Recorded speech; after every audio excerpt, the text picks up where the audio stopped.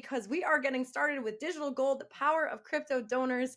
You know him, you love him. We are welcoming back to the stage Pat Duffy, who is the co-founder of the Giving Block, a platform that helps nonprofits fundraise non-cash assets more effectively. His work in non-cash giving has been featured in many publications, and he was awarded Forbes 30 Under 30 in 2022. Pat, I'm so excited for your session. Take it away. The stakes are way too high now after that introduction, but I'm so stoked for this presentation. This is the by far the most data I've ever pulled together for one of these crypto philanthropy presentations. Um, and the goal today, honestly, as it often is to have everybody on this call walk away taking crypto philanthropy a little more seriously, as they can look at kind of the landscape data and how much is going on with this donor base. Um, so let's dive into what makes crypto donors so special. Okay, so for quick positioning on this, just so that people trust that I know what I'm talking about, Candace gave me a crazy introduction, but the Giving Block's been doing crypto philanthropy for the last 6 years, and we've been working really hard to make crypto philanthropy kind of more of a thing, bringing the crypto sector and the nonprofit sector together more. I was working at a nonprofit in 2017 before we started the company, me and my co-founder Alex, and we started by creating this solution that made it really easy for nonprofits to take crypto donations, just kind of automated the gift acceptance, the sale, and everything. And that solution now is processing more crypto gifts than all the others combined. Um, we turned our website by aggregating all of our clients in one place and search engine optimizing it into the number one platform on the internet where people find nonprofits to give crypto to, almost like a GoFundMe for giving crypto. We created Crypto Giving Tuesday, the campaign. Have run all the biggest crypto fundraising campaigns, created the Crypto Giving Pledge with skateboarder Tony Hawk and Rainn Wilson from The Office.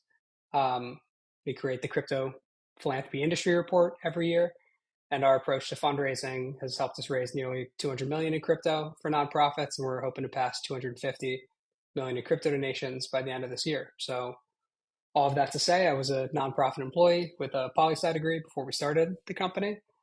All of the stuff I've learned about crypto has been from crypto experts. All the stuff I've learned about fundraising has been from folks like you who are true fundraising experts. But this intersection is a lot less complex than it needs to be, so long as you're following some of the best practices that we've put together over the last few years. So without further ado, let's start by talking about what makes cryptocurrency so interesting. So today, if you go onto Twitter, you'll find millions of posts with silly memes related to cryptocurrencies. And when the topic of cryptocurrency comes up in the nonprofit sector, this is sometimes what people think about. They think about the fad, the surging prices during a bubble in a bull market, or some of the silly stuff that people say when they're on Twitter. But behind all of these memes is a technology that is transforming the financial landscape and fundamentally changing how money works. So crypto is a lot bigger than the memes. The Bitcoin ETFs approved this year, although they make up a very small percentage of crypto trading compared to the already super large crypto market. The ETFs have really opened a door for traditional financial institutions to get into crypto. So part of what makes crypto a bit more interesting now is the fact that traditional financial institutions are pouring so much money in and opening up these investment options to their users. So the crypto ETFs, the Bitcoin ETFs are the only ones approved so far. Ethereum ones hopefully coming soon, and possibly more to follow. These are in the top 10 of any ETFs on the stock market on any particular day. If you look at how they're performing, it's one of the top things going on in the stock market, kind of point blank period. And what we have right now is companies like BlackRock and Fidelity duking it out for their slice of this crypto pie. Putting all of that in perspective, even with all this traditional institutional interest, platforms like Coinbase, where you can buy and trade crypto directly, already have bigger user bases than Fidelity, Charles Schwab, or E-Trade. So the institutional adoption is massive, but built on an even larger kind of crypto base. Digging into this traditional institutional interest, one of the biggest advocates recently has been Larry Fink, the CEO of BlackRock. To put BlackRock in perspective, they have $10.5 trillion in assets under management, a number that's kind of hard to fathom. only China and the US have GDPs that are larger than that amount of money. So when this institution speaks, people listen. And Larry Fink, their CEO, is on the news what seems to be every other day talking about Bitcoin, um, calling it an investment method that protects investors due to its unique features like a limited supply and high-speed, low-cost transfers, and talking about how it's going to fundamentally reshape the financial landscape. Again, this is BlackRock, and BlackRock and Fidelity truly are the two institutions that are really, as of right now, duking it out for kind of dominance in the traditional financial adoption of crypto. And then outside of these traditional financial institutions, there is a popularity and curiosity that extends to the population as a whole. So kind of, again, hard to fathom, but there are more searches for Bitcoin, just any search that includes the word Bitcoin every day, than there are searches that include the term Biden or the term Trump, often more than the two of them combined. So when you think about how much news, how much content is generated around the current president and the former president, the idea that there's more searches for Bitcoin is just a really interesting data point. And one of my other favorite data points when it comes to just trends and how much actual interest there is across the world right now, Bitcoin price specifically is in the top 100 searches of any kind across the world. So that's any combination of words in any country on any subject. It's one of the top 100 things that gets entered into the internet and click search on a daily basis. So it's a huge deal. It's not kind of a niche community, which leads us to the next section where we get into how big this crypto thing is really. So you'll see in quotes as the title of some of these slides, these are some of the objections you hear from nonprofits sometimes before they start fundraising crypto. One objection is that crypto is a bit too small. They think it's kind of a little early on and don't have a true sense of how big it is. So over $1 trillion are invested in cryptocurrency in the US right now, and over $1 trillion are invested in crypto internationally. So somewhere between probably 2.2, 2.4 trillion, maybe total all over the world. Bitcoin alone at 1.4 trillion, just in Bitcoin, is about 3 times more than all of the money that goes to nonprofits in the US on an annual basis. So cryptocurrency, in terms of just the sheer dollars that are moving into and out of these investments, is unbelievably gargantuan. Another point of reference here is no one uses it. Sometimes people see a number like that and they think, okay, maybe it's these BlackRocks or Fidelities who are moving a bunch of money in, but it's kind of this niche investor slash tech company type thing that's happening. Not the case. So there are more people using crypto today than the entire population of North America. So that's spread out across the world, of course, but hundreds of millions of people across the world. And at the very least, the most conservative estimates, that's tens of millions of people in the US who are trading this stuff. Even by the most conservative estimate you could possibly imagine, that means that $1.4 trillion ish is tied up in the hands of tens of millions of people in the US with a stronger incentive to donate crypto than they have to give their cash. Another one we hear is it's just weirdos. So 600 million fights it a little bit, but a lot of people think it's still kind of this meme crypto community, meme lords and niche kind of tech bro audience. When you look at that 600 million user base and you start to unpack it, over the last few years in particular, we've seen a tremendous amount of more mainstream and institutional adoption. So almost entirely male, even a few years ago. As of last year, it was about 18% female. Now we're approaching a third. It's really reaching parity in terms of genders investing in the space, which is always a very good indicator of mainstream adoption and broader adoption across institutions. We've also got 60% of crypto investors are now working with advisors. It used to be kind of off and on its own as we were looking for regulatory clarity and institutional adoption because these platforms didn't really have connection to the advisory network. Crypto users were kind of offline doing their own thing. The majority of crypto users now working with financial advisors not only means broader institutional adoption, but it means more of these tax incentive donation conversations are about to take place. And then finally, like we talked about, Bitcoin on the stock market is a great indicator of, again, not just weirdos, but everyone can get in. You don't have to open up your own wallets or a separate institutional exchange account. You can buy Bitcoin on the stock market, so much so that the Bitcoin ETFs actually have more money in them than ETFs related to silver. So there's more money invested in Bitcoin through the US stock market right now than there is invested in the precious metal silver. Um, Again, kind of a bit of a staggering point of reference. And then finally, it's too new. So this is a slide that just pulled together over the last week that I think is really interesting. Um, a lot of nonprofits think this is a lot newer than it is. So crypto's been around longer than Instagram. It's been around longer than Uber. It's actually been around longer than Stripe, which is the credit card company that most nonprofits use to accept their donations currently. Though Shift4, I think, is going to give them a run for their money. When Bitcoin was first created, iPhones were just starting to take root. Nokia had doubled the smartphone market share that Apple had at the time. Um, so kind of point blank, if anyone tells you or you hear that it might be a little too early to be at the very least educated on crypto, let alone taking it seriously, those people are not aware of the timeline and potentially out of touch with the current financial ecosystem. So let's talk about crypto giving, which is massive as well. So again, to the newness point, billions of dollars in crypto have already been donated to nonprofits using cryptocurrency. Um, that's only based on gifts that we know about also. Like we have a tough time seeing data from some of those institutional platforms. Fidelity's done a really good job putting it out in their report, but from what we can tell, literally from press releases and public data, um, we can find $2 billion in donations. It's probably been more. And in the US, this is largely driven by a massive tax incentive to give crypto over cash. So in the US, when the donors give crypto, they not only get a write-off for, let's say they donate $1 million, they get to write off $1 million against their income. They're exempted from capital gains tax. So whatever they owe in taxes on the appreciation of any of their crypto investments, same thing as stock, if they transfer that directly to the charity does not pay those cap gains tax, and neither does the donor.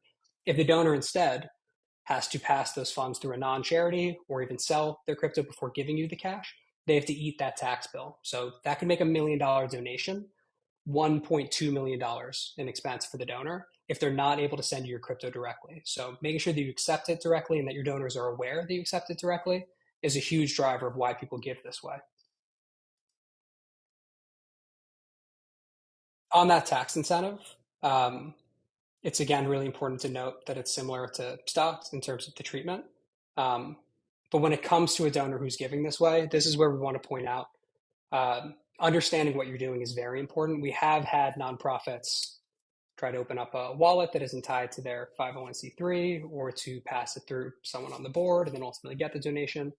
If the donation doesn't go directly to an account that's in a 501c3's name, the donor can lose that tax incentive. So accepting crypto the right way is really important. Again, you do not want a donor who gives you, again, $1 million to accidentally get hit with another $200,000 in tax liability they weren't expecting. It's a terrible experience for some of the most high value donors in the world right now. But this tax incentive also leads us to this topic of appreciation, because the more appreciation of your investments, the more powerful this incentive becomes, because the more money you've made on it, the more you'll potentially owe in taxes if you try to sell that crypto rather than give it to a charity. So we hear about the volatility of crypto all the time. The long and short of it, this is where I have to start saying this is not investment advice. Just because things have happened in the past doesn't mean they'll always happen the same way moving forward. But the volatility is absolutely paid off in crypto thus far. So people hear that there's a lot of ups and downs. There's been a lot more ups than downs, and a lot more kind of upward trajectory than there has been down trajectory. To put all of that in context, the average year since the advent of crypto, I mean, just over the last 10 years, crypto's been around 15, but we took a 10-year timeline. It's hard to get that early stage data. The prices on cryptocurrencies have just about doubled on average. And the compounding effect of that is probably a lot bigger than nonprofits can imagine.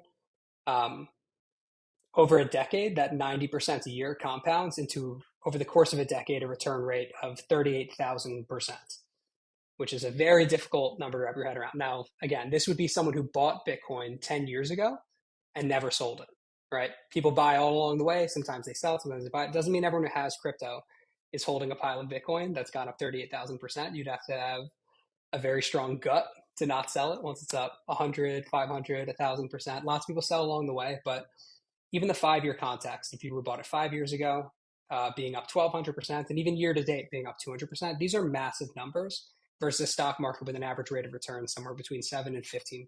So Lots of people have stocks. It's a really important donation method to accept, equally important to accept from younger donors. When it comes to crypto, this level of volatility and appreciation is a uniquely heavy tax incentive for the donor base. When you think about millions of people in the US right now holding this stuff, a high percentage of them are holding something over a long-term period where they're aggressively incentivized to give you their crypto, not their cash. And again, they will absolutely not sell this crypto, you the dollars, and then just eat that tax bill.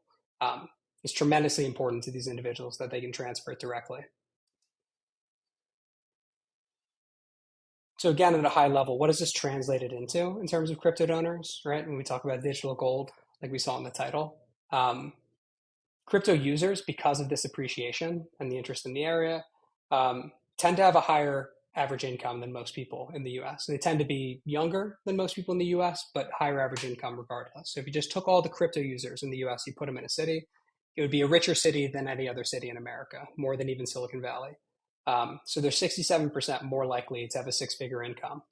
The propensity to give is 52% higher when it comes to a gift of $1,000 or more than any other investors. This is from a Fidelity report, which is awesome.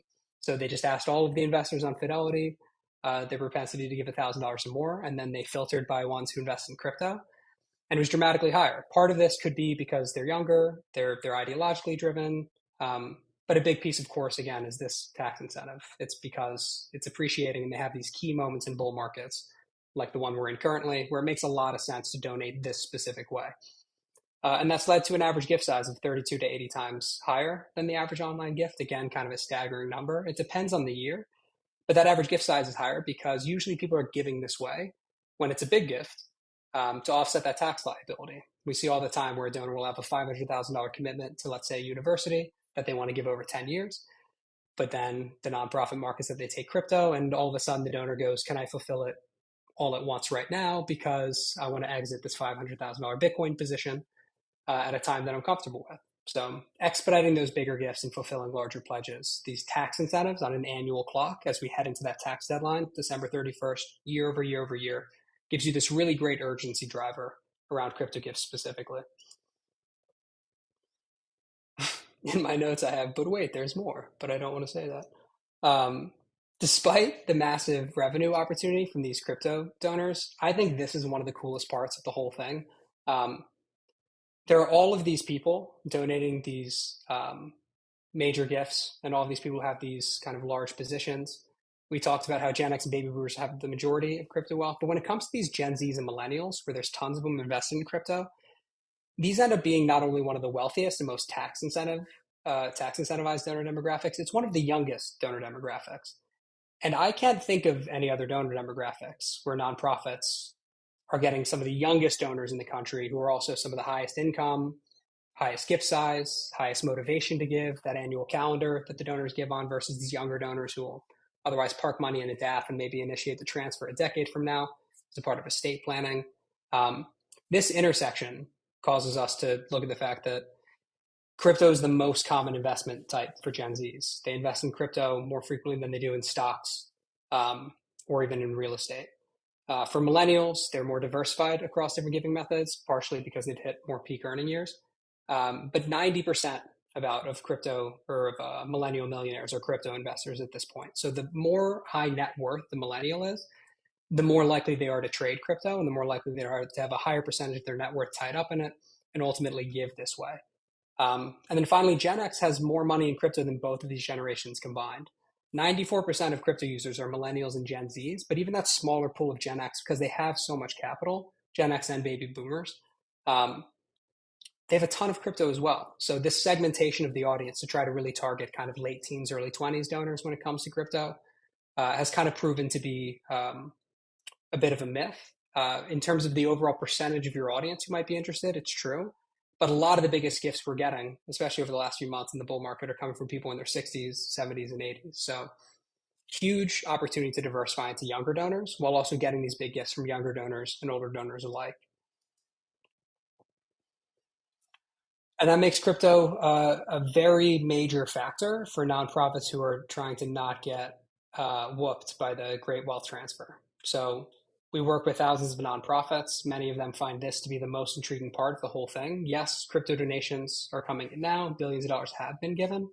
But the ultimate upside, right, and the growth rate of this is really what's more exciting. There are a lot of younger people who give these big gifts. An average gift size of 5 to 14K is good. But we're thinking more about those donations like what Peter got this morning at the Water Project, right? A $500,000 gift or the $1.3 million gift we processed last week. These types of donations over time, as we build these relationships with crypto donors, they're just getting into their peak earning years and they have decades to invest and to compound their investments, right? This bet on as wealth gets built within these individuals' circles, and then as they take on this wealth from the older generations who are passing away and invest it the way that's more in keeping with their investment practices, the pouring in of money into crypto, again, this is not investment advice, doesn't mean everything's going up. But odds are, right, if these people are investing this way and investing in crypto, as they get inheritances, they're going to diversify it into these assets, which just means larger and larger gifts over time. So right now is really exciting, but every single year it gets a lot more exciting as the great wealth transfer marches on. So why crypto philanthropy at a super high level, raising more money today, future-proofing your fundraising program, winning the great wealth transfer? It's just kind of the fact that there has never been in the history of the nonprofit sector a greater intersection of youth, wealth, and motivation to give than there is in this particular population. It's awesome right now for sure, but this great wealth transfer and future proofing, I think, is what a lot of the blue chips, the Save the Children's and St. Jude, American Cancer Society, some of these groups we work with, that's really kind of the bet they're betting on the future. So now with that understanding of crypto and the landscape and what these do, like how does it actually work, right? What does it look like to fundraise this stuff? And then please, throughout the presentation, throw questions in the chat, and I'll hit those at the end. So like all things, the first thing to think about is what type of nonprofit you are, right? So when it comes to top 100 type nonprofits, like these top charities in the US, these $100 million plus, $1 billion plus orgs, hundreds of them are fundraising crypto. The majority of big nonprofits have crypto fundraising programs. It's a bet that they can afford to take, and they have such a big audience that it obviously makes sense. But the vast majority of our nonprofit clients are actually small and mid-sized. Like we learn things from Peter and the Water Project and working with those smaller groups around the actual tactics of how they fundraise. So the first thing to think about is like if you're sitting in a panel and you hear Ettore from Save the Children talking about, you know, how he tweets about the fact that they take crypto and they get these big donations. That piece of advice might not be as helpful. You might need to build a bigger audience. But then some of his advice where he talks about the smart stewardship and things that Save the Children are doing could apply to an organization of any size. So really important to think about what type of nonprofit are you before we get into some of these approaches. Next, easy accept, easy to give. The acceptance piece, I think, is really important. Having that donate crypto option that's really easy and seamless for the donor is really important. Making sure your team understands what's automated and where to go for anything that isn't automated is a really big part of this. There are a lot of nonprofits back in the day when we started who were already taking crypto, but they weren't getting donations. What we found out pretty quickly was it wasn't because they couldn't take the gift. It was because of what it meant to the team once it came through. Like who handles the tax documentation? What does that receipt look like? How do I steward this donor? You know, when should we feature this option? When should we not? Checking those boxes, in addition to having a really seamless giving experience for the donor, is really the starting point for every fundraising program. A lot of nonprofits back in the day would have this donate crypto button that we would always put cobwebs on like this in earlier slides, just kind of sitting there collecting dust. Part of that was because the experience was broken. The donor didn't know how to give through it. There was too much information being collected. The process was broken. It wasn't a dynamic wallet address. But a bigger thing that was happening is the nonprofits didn't really feel comfortable knowing when and where to put this option in front of donors. So adding the donate crypto button is a big piece of what makes a program get started. But the real place where nonprofits get stuck is kind of the what now. So we always call this the button problem at the Giving Block. It's the same thing that happened with Stock and DAF. A lot of the nonprofits on this call maybe don't think about this a lot, but they treat Stock and DAF like they do with crypto. It's why we added Stock and DAF options. The nonprofits who get a lot of Stock and DAF donations tend to be community foundations, big nonprofits, orgs that put this option in front of donors more proactively. So donors think to give to them in this way. And there's tons of nonprofits who could accept the stock gift, but they wait for a donor to call and ask. Imagine doing that with credit cards, right? Imagine removing the donate button from your site or burying it somewhere on like a legacy giving option tab somewhere in the menu where donors would really have to do forensics work to find it. This is one of the big breaking points. So making it really easy to find, making it really easy to use by the donor, easy to use for your nonprofit and team, so you actually feel comfortable throwing it out there and getting the gift. And then finally, making sure that it's going to be discoverable, right? It's sitting somewhere on the site where a donor might actually end up clicking and using it. These are the foundational components. And then once we get through these foundational components, there's a bunch of other considerations out there as well. And this is where I'll just pause to say, understanding and learning from the nonprofits who have already been through this is the biggest takeaway. When we first did this at the Lupus Foundation, when I was first getting into crypto fundraising, we tried to figure it all out from scratch. We tried a lot of experimental things. It was tough to maintain internal buy-in. And it was a lot of kind of Saturday afternoons is what I talk about, just this outside research and solving these problems. Understanding that there are programs for this that already exist is a really good starting point. And even for the groups that aren't working with the Giving Block currently, even just starting on our website and reading through some of the basics can really help you figure out what's an actual problem you'll have to tackle versus what are things that either you don't have to tackle or just aren't a priority. So those types of considerations really narrow your scope. And the question that we start by asking to all nonprofits is which type of nonprofit are you? Are you a nonprofit who wants to simplify the crypto experience, right? You want to be set up for success when crypto donations come your way? Or are you genuinely interested in like turning crypto into revenue, right? Into tackling this donor ecosystem, earning net new donors, cultivating donor relationships with your existing, growing your younger donors into major gifts by using crypto? There's no wrong answer here, but like really understanding which of those you are will help with this cognitive dissonance where you're kind of stuck in between when do I take a step, when do I not, what are my priorities? Like this choice, which we call the fork, is one of the biggest opportunities to either misstep or take the right step at the beginning.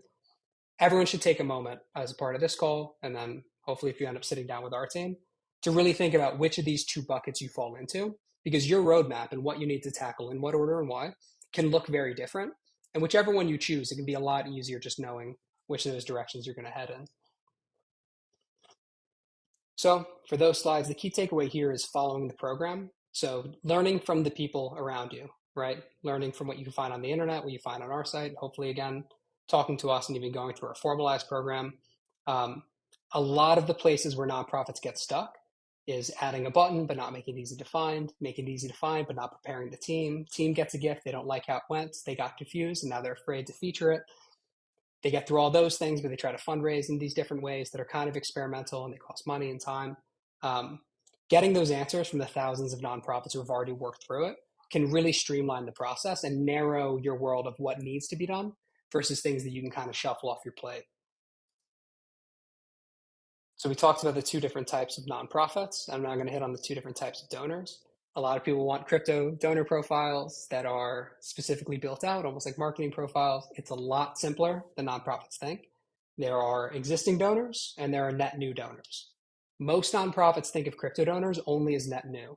And this is one of the biggest killers of fundraising programs. We've heard from it, Peter at the Water Project, pretty small audience of that nonprofit. They've doubled their budget fundraising crypto, right? They've raised millions of dollars in cryptocurrency. They do a lot of things right. I'm not saying it's easy. But the first thing that they did, and what every successful nonprofit does, is they first address their existing audience. Does your audience know you take crypto? When they go to give through your website, do they see it as an option? When they open the capital campaign email, is it sitting there as an option? They're opening the pamphlet at the gala. They're sitting in a major gifts meeting. Are they seeing that this is an option that they can hand raise into? It doesn't mean you need to run a crypto campaign. It doesn't mean you need to come up with your own metrics or fundraising strategies. Just fold it into everything you're already doing and make sure your existing donors know this is an option and just let them hand raise in, right? There's hundreds of millions of these crypto investors. You don't need to find them. You don't need to segment your audience. You don't need a new strategy. And you don't just need new donors.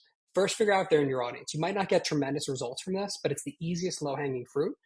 And the vast majority of the time, this is where the most results come from. The new donors are very fun and exciting, but there is crypto in your existing donor audience. And you need to find out how much is there before you start building an entirely new strategy. So understanding the existing donors versus new donors paradigm will tell you where you need to focus and the low-hanging fruit stuff you can tick before you start doing things like building a new Twitter following, tackling things like Reddit and Discord and stuff that we talked about on the last call.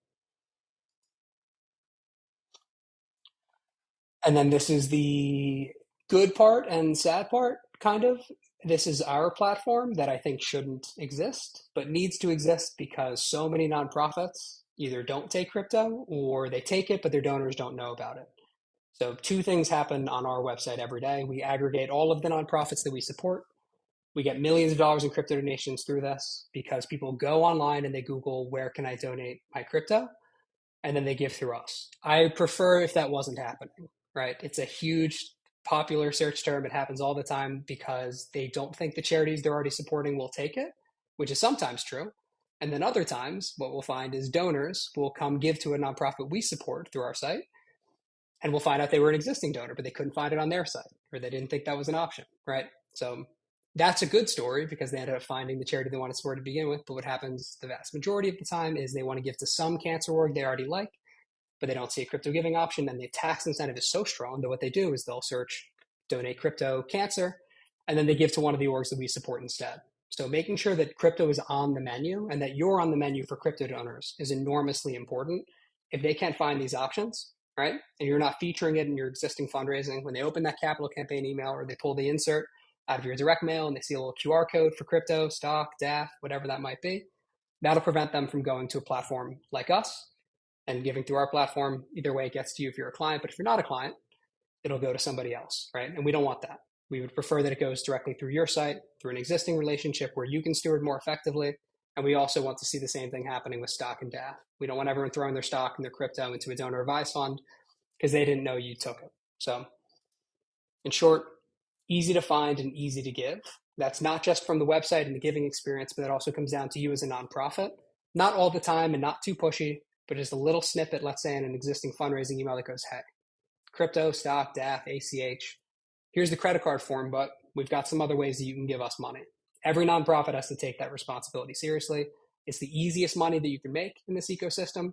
And these are the donors that not only give once, but end up sticking around because you have that existing relationship. And then finally, grow that program. So that was all the boring stuff. This is the fun piece, right? When you first get started with crypto, a press release can be really powerful. Almost every press release we've ever done with a charity that just says, hey, we take crypto has outperformed all of their other press releases that year. It's just interesting. It's like we said, it's one of the top searched things. It ends up in the SEO. It just gets found more often. It's not a guaranteed thing, but it, generally speaking, almost 100% of the time outperforms everything else. So it's a great opportunity to announce yourself to a bunch of donors you haven't met. And for your existing donors, same thing, but with an email. Just getting one email out when you first start taking crypto to your entire donor base, old and young. Because again, we got a lot of donations. We just got that $500 or $500,000 donation from someone in their 80s. Those are an opportunity right there to tell your donors you take it. Next is the integration approach that we talked about. Think about your major gifts folder, the pamphlet at the gala, the direct mail insert. Direct mail kills it with crypto, stock, and DAF. It doesn't seem like the right channel for it. But as long as you're sending it to people who are under the age of 50, some of them have crypto, some of them have stocks, some of them have DAF accounts. They can hover their phone over a piece of paper and send a transaction rather than sending a check. It suddenly becomes a really valuable medium.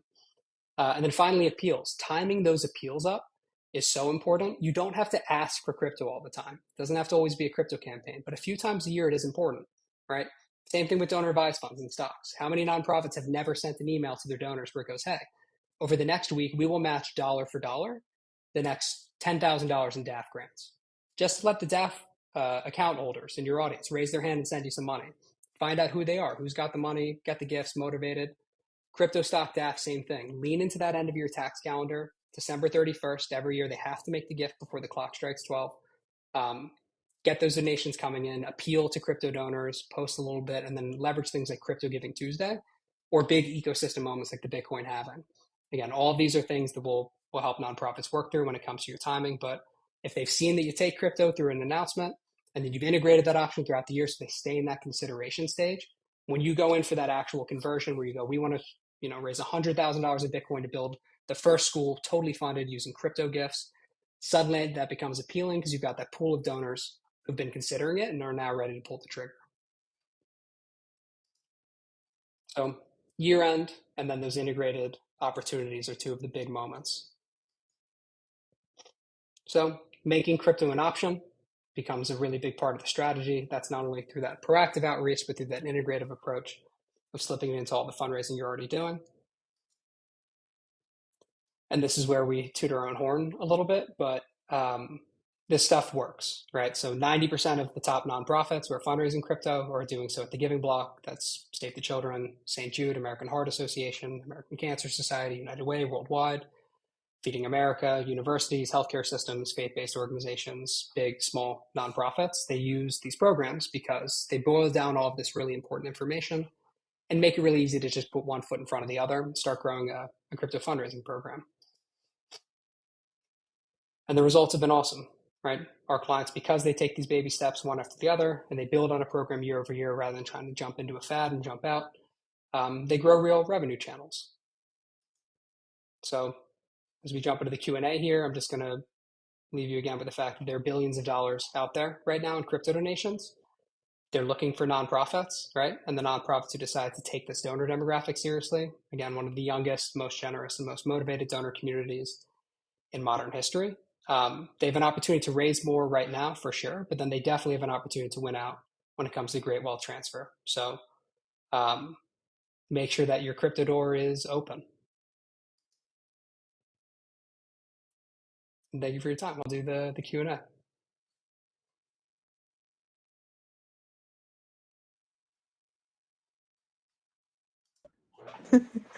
Thank you so much, Pat, for the session. This was incredible. There was already so much engagement in the chat with just like, this has been incredibly insightful, such a great presentation. And yeah, we got plenty of time for Q&A. Go ahead, everyone here, put your questions in the Q&A pane and upvote the ones that you want answered the most. Caitlin asked, I'm new to Bitcoin. You mentioned it is like stocks, but with stocks, it can be sold and cash in hand if needed. With Bitcoin, if cash is needed to fund the need, how does that work? Oh yeah, same thing. It's like stocks, but better. So stocks still need that manual process of selling it. Um, Bitcoin, because of how efficient it is, all cryptocurrencies really, so long as they have exchange traded pairs, there's billions of dollars in trades happening moment to moment. So what happens is our solution will sit on your site. A donor will send you a Bitcoin donation, let's say. We have a program running 24/7 that says if there's any crypto balance, sell it immediately for US dollars at whatever the current price is. So the second you get any crypto donation through our solution, it is cash instantaneously. And you're able to log in and just push that over to your bank account anytime you want. And I think we sweep them out on our side maybe once a week or once every 2 weeks if you're not logging in to do that manual push. Yeah, cryptocurrency is totally fungible. Instantaneously sells for US dollars, just like stocks would if they were programmed a bit better. Awesome. There's just like so many great questions here. I'm pulling them out. And I have another one teed up here. Sorry, I lost my place. They keep getting upvoted and changing. Daryl asks, the donor takes advantage of the break from CG taxes if donated directly. Are there any other benefits to the donor? Also, the nonprofit can't just have a MetaMask wallet or any other wallet. These wallets do not attach to anyone else, right? So there's two-part question, kind of three-part question, but yeah, benefits to the donor. Yeah. So we love MetaMask in terms of like a donor integration. Like from their side, the donor can give from like a MetaMask or a wallet. For the nonprofits, from everyone we've talked to and how we ended up building all of our solutions, the MetaMask account isn't like an institutional exchange account with like the paperwork and documentation that can prove to the IRS for the donor that they sent a donation to a nonprofit. Like, yes, the blockchain record is there, so it should work that way. But it's kind of like they say Bitcoin is a store of value. Like it absolutely is. If there were like an economic recession, but in the same way that like Bitcoin, because there's built-in scarcity, should function as a store of value, and the price shouldn't go down if everybody runs away from it. It doesn't necessarily function that way, even though the tech is built for it. A nonprofit could take donations through a wallet, but the main thing that we found in the early days is donors and the nonprofits being able to verify that a transaction went directly to a 501c3 becomes at risk, which again, if it's $1 million gift, that could mean a $200,000 tax bill if it's not 100% verifiable. And then the other thing is selling the cryptocurrencies. So if you're taking the gift into a wallet, unless you want to do like a swap of some sorts into a stable coin and then move it over, but then like the fees on DeFi are pretty high. The nonprofit would have to take that gift and then move it over to an exchange account ultimately to sell the crypto and get the US dollars. So if you wanted to take crypto and hold it long term and you kind of weren't concerned about the donor tax liability component, like it would function. And technically it should definitely work that way. I think the technology is cool and I wish it was more optimized. I think there's just a lot of price volatility risk the nonprofits incur as a result of it, and then donor risk in terms of tax liability. Thanks so much, Pat. And this is more of a clarifying question. I think you answered this earlier and even a bit of this in your last response. But Trudy asked, why would donors not just cash out Bitcoin and send cash to nonprofits they care about rather than asking them to accept Bitcoin? Yeah, the tax liability is massive. So it'd be kind of like the same reason people don't buy their groceries with stocks, but kind of like the inverse. Like if every time you went to buy groceries, you were selling a taxable position, and then every year the IRS is just collecting on that. When you leave a taxable position, like if you sell your crypto and then buy back, do all that stuff, you keep paying 20% of the appreciation, which will compound and hurt their portfolio. If you're selling the crypto, you have to make a choice then as a donor. Either I give the $1 million to the nonprofit and then I eat the 200,000. Again, 200,000 is an extreme example, depending on the appreciation level. But even if it's 50,000, like whatever it might be, you have to eat that bill. So it makes the donation extraordinarily more expensive for the donor. Or what often happens when the nonprofit asks them to sell the crypto is they'll sell their crypto, but then they only donate 850 grand, 800 grand, 900, whatever it is, minus the tax liability, because they keep that other cash there for when the IRS comes knocking. So it means the nonprofit will get a much smaller gift, or the same gift given by that donor is tremendously more expensive. So at that point, they would probably end up just giving cash. It kind of erases the tax liability exemption that drives this giving to begin with. Thanks, Pat, for making that so clear for us. I'm going to put you on the spot a little bit here, just because I know that you have some cool tools even on your website. But Douglas asked, can you show an example of what happens when they click a donate crypto button? Do they stay on their nonprofit's website, or are they going to the giving block? What can you give us a little demo of what that experience looks like? Yeah, let me say. On the spot, but it is really cool. Good. So I think it's worth it. The devs will push an update and the site will go down. Oh, it always happens that way. Always.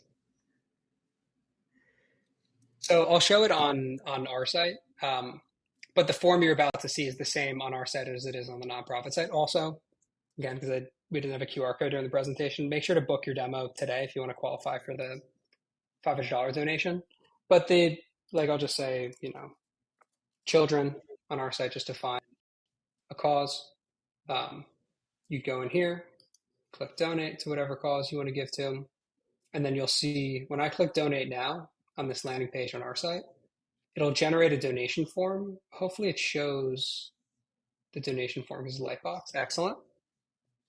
This donation form is the same copy and paste form that would go on your site. So if you're working with the Giving Block, you have unlimited donation forms. So on your donate crypto page, our nonprofits will have a form like this, and then they have a copy and paste of this form on our platform.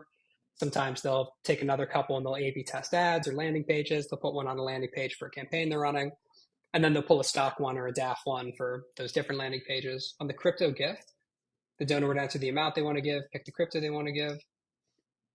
I'll do anonymous just to streamline it. Again, accepting anonymous gifts is totally up to you. Even if you accept an anonymous gift, the donor can enter their email only just to get a tax receipt. I'll skip that step also. Pretty much every donor at least does that. And then from here, the donor would do one of two things, like we just talked about. If you have a MetaMask or a Coinbase account, exchange account, you can do a transfer from your phone. So you can just pop the app open and just hover your phone to it. It'll fill in the to address and you just click send with the amount you want to give. Or they can copy and paste that and then send it from any again, like if they have a plugin of a MetaMask wallet or they want to go over to their exchange account, they can take that address, they can whitelist it if they want to save it for future gifts, and they just initiate the transfer from wherever they want to push send. That's awesome. Thanks, Pat, for giving us the tour. It's so easy. I love how you've really streamlined this process for nonprofits. So yeah, if you want a more in-depth tour of the Giving Block, you can go ahead and book a demo with their team. And what would you suggest for those who may not be the decision maker, but they want to get their team or their boss set up with a meeting to explore the Giving Block a little bit further? Yeah, I would say what I say to everybody, like, don't worry about wasting our time.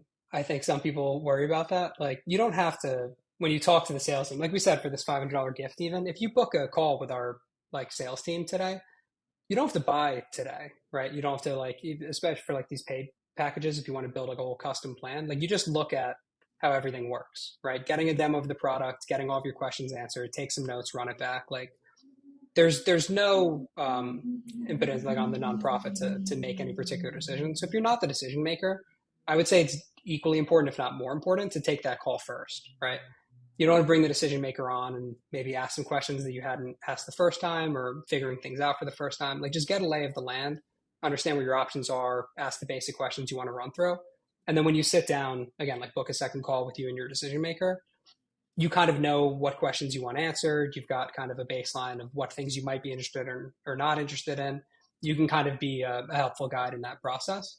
Um, or even if you just decide not to work with the Giving Block, like it's just the best team to get your questions answered. So if you end up going back to your decision maker, wanting to have some internal conversations before circling back to us, the best way to prepare yourself for that is to sit down with someone who literally spends all day talking to nonprofits about like what are their questions, comments, concerns, because they can help you build up a write up. Like we're equally motivated for you to get it over the line, so we can help you prep for those internal conversations. Yeah, it doesn't hurt to explore, and get those questions answered ahead of time. Why not take the opportunity? I love this question from Britt. She asks, um, are there cases where grassroots donors use crypto? We've talked a lot about those major gifts, those huge gifts, but most of us have more frequent, smaller gifts. So, curious to hear any insights for Brit and all of the smaller organizations in the room. Yeah, we optimize for the big donations in terms of these conversations and the approach, but like the majority of donations end up being these smaller ones. So like what happens when you look at like the average gift size, even in the data, we get a bunch of these donations that we call like high five donations, which I think are cool. Where again, this is like the example of like buying your groceries with stocks. There's not really a tax incentive. You're not like writing off a $5, $20, $100 Bitcoin donation that you're sending to a charity. So like exiting that position becomes a little bit weird. Like they're just doing it at that point because it's fun and they saw that you were fundraising crypto and they think it's cool, or it's a test transaction, right? They're sending a small donation. They want to check the blockchain, like see that the gift went to where they said it's going. They're whitelisting the address, whatever it might be. Those are good examples of like you can run a bunch of these campaigns where you can get those high five donations. So you can get a bunch of people to send you $5 in Bitcoin, Ethereum, USDC, and then you take those donors and you just use that as a wealth signal. It doesn't mean that you fold them into the $10 a month type category.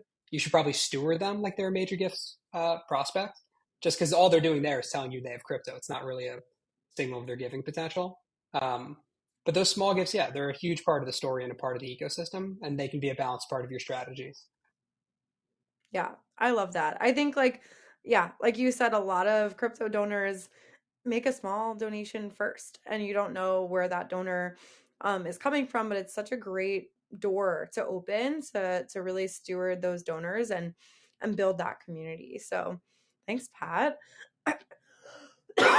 Sorry, still getting over a cold here. Thought I was over it. Awesome. So another great question from Nicole: is Giving Block used to receive donations?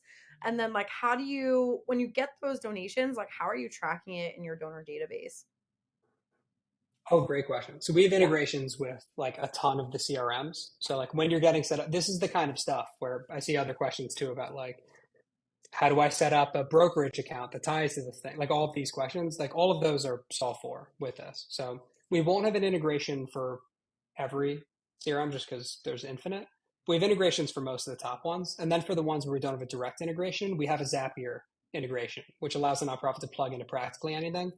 Depending on the level of priority, some nonprofits choose to not start with that CRM integration and plug it in later, depending on like the volume they see to see if it justifies the work. And then larger nonprofits tend to do it pretty much 100% of the time.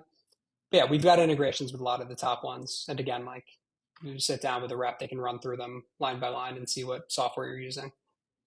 Awesome. Yeah. Love a good integration just to automate everything, make it easy for you. So thanks, Nicole. Great question. And so there's a lot of really good ones in here. So feel free if you see any ones that you want to take in particular. There's a couple of questions just about like crypto donations outside of the US. Do you work outside of the US? And then any information on like Canadian crypto giving specifically. Yeah, UK, Canada, and Australia are the countries that we work with the most outside of the US. Canada's tax treatment of it isn't as good. I wouldn't have thought it'd be as big of an opportunity, but we work with tons of Canadian nonprofits, partially because the Canada Helps used to have a solution for helping nonprofits take one-off crypto donations. And I forget if they shut it down or they just like severely limited how many they take. Like that led to a huge influx in orgs moving over to us. Um, but just because so many people in Canada have crypto, they give this way. This is again where like it's at that point going to be the same tax treatment as if they're selling the crypto and giving the like they're going to not get the same tax treatment as the U.S. But some people, when they're in the process of selling their crypto, they want to give that way anyway, just because it's easier. It's just the way that they move funds and they move money. It feels better sometimes to just give cryptocurrency than it does to give dollars. Like I don't know what it is, but you talk to people and they're like, $500,000 in Bitcoin feels better to give than when they move the cash to their bank account and they initiate the transfer. Canadian orgs do decent, but yeah, you don't have that same kind of arrow in the quiver in terms of steering into that tax incentive language. It's really just for Canadian orgs about leaving it there as an alternative giving option and not over investing in it. Like I wouldn't start with any aggressive strategy or like stuff that we do where we build you a custom strategy. I would really focus on having the solution set up um, with an understanding if you have younger donors or donors that you think will gravitate to it, you live in a major metropolitan area, and then integrating it as an alternative giving option for at least a year to see who hand raises in, see if it's like a worthy revenue channel. But in Canada, for small nonprofits, like the advice I gave to small nonprofits in the US, most small mid-sized charities, if you get really small, then you should be focused on other things. Crypto can be a bit too experimental, but most small mid-sized charities in the US, just because of the tax incentive of how early we are, it becomes like a smart thing to build kind of your major gifts future proofing around. For Canada, I would say it's more like you really got to look at how big is my audience? Am I in a major metropolitan area? Do I see an overlap with investor communities? Like if there's any sort of signals that it might make sense for you, then just integrate it as an experimental alternative giving option. But we have dozens of Canadian orgs that fundraise crypto successfully. I would just say it's a bit less universal. UK and Australia have better tax treatment. So those nonprofits, similar to the US, like it makes more sense for like the vast majority of UK charities. Same thing with Australia. And then other orgs internationally, it depends on if you have some sort of tax treatment or wealth concentration in crypto, which we can look at on a country to country basis, or similar to the Celo conversation in South America and in like LATAM and Africa developing areas. A lot of people are using cryptocurrency stable coins to just initiate transfers. It's how they move money. So they can donate to you a lot more cheaply and a lot more efficiently than they could with something like a credit card or a bank transfer. So that can open up, similar to the earlier question, some international charities, the ability for donors of smaller kind of donations to actually initiate a transfer where they might not feel comfortable doing it with higher fee type donation methods. Yeah. Thanks, Pat. I love all the answers, all the in-depth we're getting really into the nitty-gritty here. Yeah, it was a Matt, long answer. it was great. It was great. And Max asked a really good question, really about the types of causes that any trends in the types of causes that crypto donors are more attracted to. So for Max, we talked a little bit about those heartwarming topics of children and animals, but what about nonprofits focused on systemic change or technical education? Any trends in causes in crypto giving? Yeah, it's generally speaking, no, in the sense that like the greater variable is how the nonprofit fundraises. Like it's not like water nonprofits get the most crypto donations. It's really the fact that like Peter's put it in front of his audience consistently. But there are certain things like for nonprofits to understand that like when it comes to the different types of fundraising you can do, everyone on the call is going to know this better than I do, but I'll just speak to it for a second. It's like it really depends on how you fundraise. Um, like if you're a cause again, like you have charismatic megafauna, as they call it, you fundraise for orangutans or elephants, like these animals where you just post a picture of a pack of wolves and it's going to get pretty good Twitter engagement. Like that's definitely a leg up, not just for crypto, but for all fundraising. If you have some intersection of this interesting thing that kind of performs well as content to begin with, plus this other thing that performs well as content, like those press releases, that content, that kind of net new donor engagement, you're trying to expand reach and reel people in, it's a weapon and it can help you a lot. If you have a cause based on the way that you were describing it, those categories sound interesting to me, but it sounds like you kind of have a concern that when you communicate how you fundraise or what you're fundraising for programmatically to external audiences, it's tough for you to connect the dots for those donors. Maybe what you're doing is a bit complex and it's tough to have that, $1 feeds one family type clear cut impact metric. I would say it comes down to whether or not you want to, again, showcase this as an option to your existing donor base and really just kind of focus on the internal, growing your major gifts program through this and stewarding younger donors up. Or if you're trying to get out there and find net new donors, if you're struggling to do that in general, crypto isn't a silver bullet, but it could add dimension to make you a bit more interesting. So I'd say really think about like, is getting those net new donors a focus of your organization? What are the other things you're doing in that area? Let's say you're trying to get on Twitter, social media, and these other things. Crypto becomes a really nice kind of vector into that. But if those other things aren't priorities or an area you feel strong, I wouldn't expect crypto to kind of save the storytelling component if it's something that becomes a struggle for a particular cause. Awesome. Thanks, Pat. And we have I think Martha asked a really good question. If we haven't done anything, where do we start with the basics of accepting crypto? Do they need a broker as we have an account with a securities firm? What's kind of the next step? No, so you don't need that. We set up an account in your organization's name. You submit the paperwork. Like we have just a process for it, like an onboarding team. We'll just collect all the docs, get the account set up. It ties to the back of that donation form that you paste on your site, and then it'll relay dynamic wallet addresses for donors to give through. It'll hit that account. Our program automatically sells it. You just get US dollars. You push it to your bank account. The one interesting thing on the broker side of it is like we do a lot more stock and DAF donations now. Just nonprofits tend to use us for like donors under 50 in particular who don't really give stock and DAF because the processes kind of stink.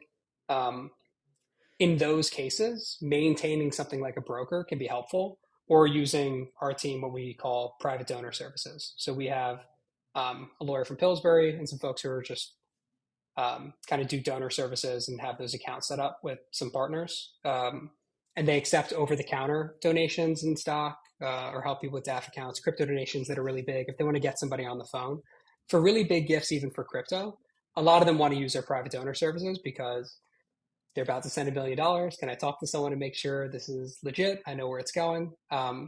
Those types of services can be valuable. And even if you end up using us, not just for crypto, but for like stock and DAF, let's say, a really important note that we always say is like a Save the Children who uses us for some of these things now. Like if you have an older donor who gives to you every year using stocks and they do it through their broker and they give through your brokerage account and it's an RIA and a PDF and like you can keep all that stuff and you have no urgency to move them over to some new process. Let people kind of choose between what they want, right? You can talk to us and we can take a gift through a broker, or you can send in a few clicks through a form. Younger donors will tend to gravitate one way, older donors the other way. And then even through your stewardship process, if you get that younger donor and they come to you and they go, I want to give you $10 million in stocks, you can have a conversation with that donor and be like, hey, we have this brokerage account. It's going to be a bit of a pain and more steps, but like we could cut out some of the fees component. Like I don't knock nonprofits for doing that at all. Like even when they're working with the Giving Block.